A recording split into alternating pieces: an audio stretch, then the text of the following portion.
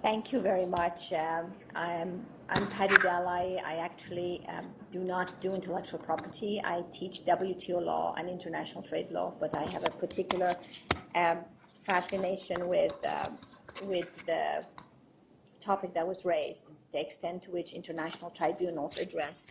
Does it work? Close by. The international tribunals address domestic issues, and to the extent that international tribunal sits in judgment of whether a domestic court has adequately and accurately interpreted domestic laws. So it's a very interesting topic for us. But I'm here to thank. I used to pass this building a lot when I worked on downtown, and I was always fascinated by it. It's a beautiful, retro building, and this is the first time I've had the privilege to come in. So thank you for that opportunity. And as an academic, this is really high tech for me, so I couldn't figure out what this was, but apparently it's a microphone. It's very, very, very snazzy. I suspect that IP firms are always at the cutting edge as well on this. We have gotten together in this panel. First, so thank Public Citizen. Thank you, my colleague, Jorge Contreras, for asking me to join us today. And the firm of Stern, Kessler, Goldstein, and Fox for hosting us.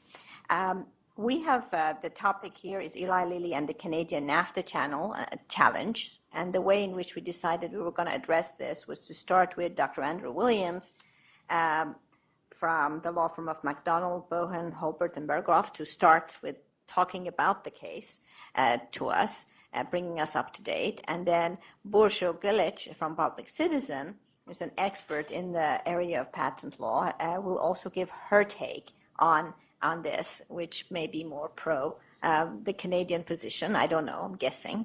And then the third, we're going to hear from my dear friend and colleague, Sean Flynn, who directs our intellectual property program, and then we will, last but not least, talk to also an old friend of mine, Simon Lester from Cato Institute, who is going to probably talk more broadly about it within the context of being a fellow trade person, dispute settlement, and the broader context as well. So I'm going to, without further ado, turn it over to Dr. Williams.